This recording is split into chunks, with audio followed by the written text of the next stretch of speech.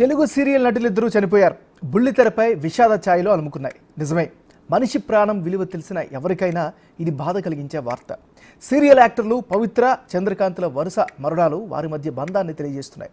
వివాహేతరమే అయినా విడిపోలేనంత ఇష్టం ఉండవచ్చు. అయితే ఇంతేనా? ఒక ప్రాణం విలువ ఒకరి బంధంతోనే ముడిపడి ఉంటుందా? ఇది కేవలం సందేహం కాదు, సమాధానం వెతకాల్సిన సందర్భం.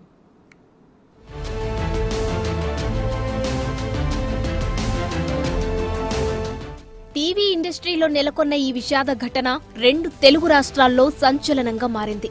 నిజానికి తెలుగు సినిమాకు ఎంతమంది అభిమానులున్నారో అదే స్థాయిలో టీవీ సీరియళ్లకు ఉన్నారు. అందుకే ప్రతి ఇంట్లో వీళ్ళిద్దరి మరణాలపైనే చర్చోపచర్చలు నడుస్తున్నాయి. త్రినయని సీరియల్ ఫేమ్ పవిత్ర జయరాం కారు ప్రమాదంలో కన్నుమూశారు. ఆమె చనిపోయిన 5 రోజులకే తన ప్రియుడు సీరియల్ నటుడు చంద్రకాంత్ కూడా ఆత్మహత్య చేసుకున్నారు. రంగారెడ్డి జిల్లా నార్సింగి పోలీస్ స్టేషన్ పరిధిలోని అల్కాపూర్ కాలనీలో ఉన్న తన నివాసంలో చంద్రకాంత్ ఉరివేసుకుని సూసైడ్ చేసుకున్నారు.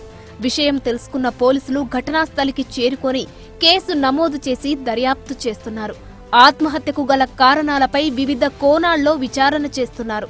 అయితే తాను ఎందుకు చనిపోయాడన్నది కూడా స్పష్టంగానే ఉంది. కొన్ని రోజులుగా తన సోషల్ మీడియా ఖాతాలో పోస్టులు చూస్తే అది అర్థమవుతుంది. అయితే ఏ వ్యక్తి మరణమైనా మరికొందరిపై ప్రభావం చూపుతుందన్నది నిజం. అందుకే పవిత్ర మరణం చంద్రకాంత్ మరణానికి కారణమైంది.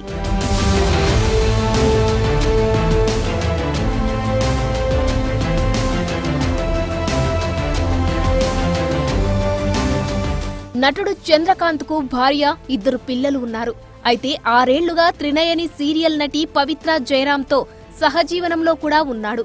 పవిత్ర జయరాం చంద్రకాంత్లు బెంగళూరు వెళ్లి వస్తూ మే 12న తెల్లవారుజామున ఘోర రోడ్డు ప్రమాదంలో పవిత్ర జయరాం అక్కడికక్కడే మృతి చెందారు. ప్రమాదం జరిగిన కారులో చంద్రకాంత్ కూడా ఉండగా గాయాలతో ప్రాణాలతో బయటపడ్డాడు. అయితే పవిత్రను ప్రాణంగా ప్రేమిస్తున్న చంద్రకాంత్ తన కళ్ల ముందే ప్రాణాలు వదలటాన్ని జీర్ణించుకోలేక తీవ్ర మనోవేదనకు గురయ్యాడు. అప్పటి నుంచి డిప్రెషన్లోకి వెళ్లిన అతడు మానసికంగా కృంగిపోయి బలవన్మరణం పొందారు. ఇది ఒకవైపు ఇద్దరి వ్యక్తుల మధ్య ప్రేమను చూపిస్తుంటే, మరోవైపు వివాహేతర సంబంధాలు జీవితాలను నాశనం చేస్తాయనే అభిప్రాయానికి ఆజ్యం పోస్తున్నాయి.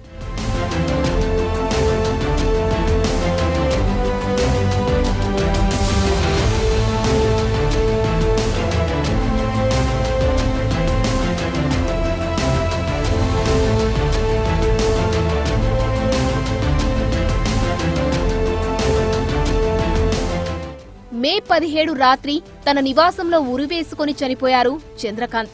తన ప్రేయసి లేకుండా తాను బతకలేనని తాను పిలుస్తుందంటూ సన్నిహితులకు, బంధువులకు సమాచారం అందించి మరీ ఆత్మహత్యకు పాల్పడ్డాడు. అయితే పవిత్ర జయరాంకి 16 ఏళ్లకే పెళ్లి కాగా 20 ఏళ్లకు భర్తతో విడిపోయారు. కాగా ఈమెకి ఓ కూతురు, కొడుకు ఉన్నారు. కొడుకు వయసు 22 కాగా కూతురు వయసు 19. ఇక చంద్రకాంత్కి కూడా పెళ్లై 2 పిల్లలున్నారు. 12 ఏళ్ల పాటు గాఢంగా ప్రేమించి మరీ పెళ్లి చేసుకున్నారు చంద్రకాంత్. అయితే ఒక ప్రేమ విరిగి అదే ప్రేమను ఇంకొకరితో పంచుకునే పరిస్థితికి వెళ్ళింది. చంద్రకాంత్ ఉంటే అతని జీవితంలో మరో ప్రేమకు కూడా చోటు ఉండేదో లేదో ఇప్పుడు చెప్పలేని పరిస్థితి. ఈ సంగతి పక్కన పెడితే, ఎప్పుడైతే పవిత్ర జయరాంతో చంద్రకాంత్కి పరిచయం ఏర్పడిందో అప్పటి నుంచి తన భార్యని దూరం పెట్టారు చంద్రకాంత్. భార్యతో విభేదాల కారణంగా పవిత్రకి దగ్గరైన చంద్రకాంత్ ఆమెతో మరింత గాఢమైన బంధాన్ని బిల్డప్ చేసుకున్నారు. అంత ఎమోషనల్ బంధమే ఇప్పుడు తన మృతికి కారణమైంది.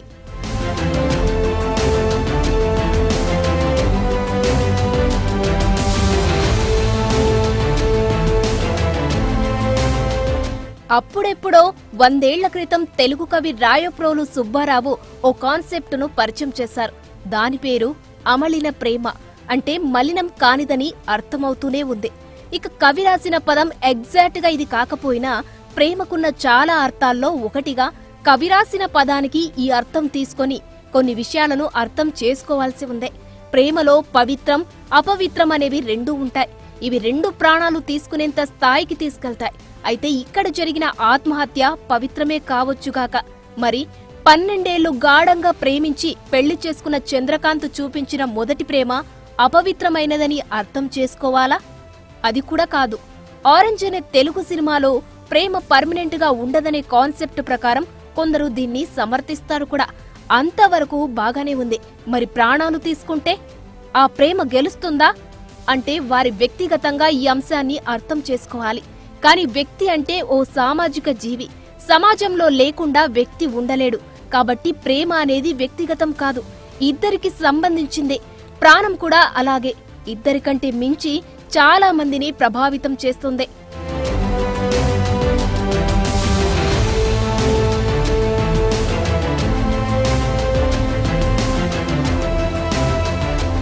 ఇక ఇంతకు ముందు చెప్పుకున్న అమలిన ప్రేమలో మానసిక అభిమానానికే అవకాశం ఉంటుంది.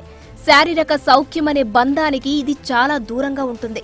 నిజంగా పవిత్రమైన ప్రేమలో ఆ బంధం లేకపోతే అమలిన సంబంధం ఎలా ఉంటుందో ఊహకు మాత్రమే వదలాల్సిన పరిస్థితే.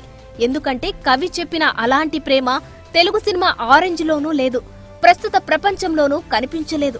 కాబట్టి ప్రేమ ఆకర్షణతో కూడుకున్నదనే సత్యం అందరికీ తెలిసిందే. ఇందులో ఎక్సెప్షన్స్ లేవు. ఎందుకంటే ఆకర్షణకు సోకాల్డ్ అందంతో సంబంధం ఉండదు.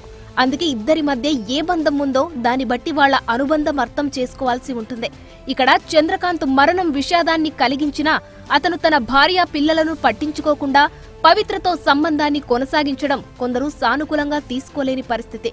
పోనీ అతను చచ్చి సాధించిందేంటనేది కూడా ప్రశ్నగానే ఉంది.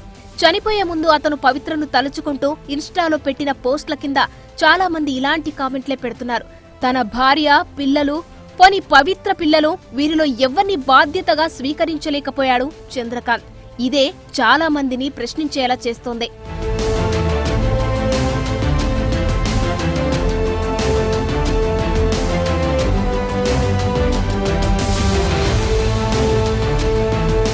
నిజానికి ఆత్మహత్య అన్నది మెచ్యూరిటీతో తీసుకునే నిర్ణయం కాదనే అభిప్రాయం నిపుణులు కూడా వ్యక్తం చేస్తారు. ముఖ్యంగా వివాహేతర సంబంధంలో జరిగే మరణాలకు ఈ వాదన బలంగా పనిచేస్తుంది. అక్రమ సంబంధాలు వారితో మాత్రమే ముగిసిపోవు. ఇరువైపులా ఉన్న కుటుంబాలు, పిల్లలు, బంధువులు ఇలా చాలా మందిపై ప్రభావం చూపుతుంది. వారిలో తీవ్రమైన మానసిక ఒత్తిడికి కారణమవుతుంది. ఒక్కోసారి వారిని కూడా ఆత్మహత్యకు పురిగొల్పేలా చేస్తుంది. అంతకు మించి తల్లిదండ్రులు వివాహేతర సంబంధం కారణంగా చనిపోతే అది వారి పిల్లలపై ఘోరమైన ప్రభావాన్ని చూపుతుంది. వారి జీవితకాలం వెంటాడుతుంది. అందులోనూ చనిపోయిన వారు సెలబ్రిటీలైతే అది ఇంకా నరకప్రాయంగా మారుతుంది. అందుకే ఒక మరణాన్ని అన్ని కోణాల నుండి చూసిన తర్వాత మాత్రమే మనిషికి మరణించే హక్కు ఉంటుంది. అందుకే చట్టం కూడా ఆత్మహత్యను నేరంగా పరిగణిస్తోంది.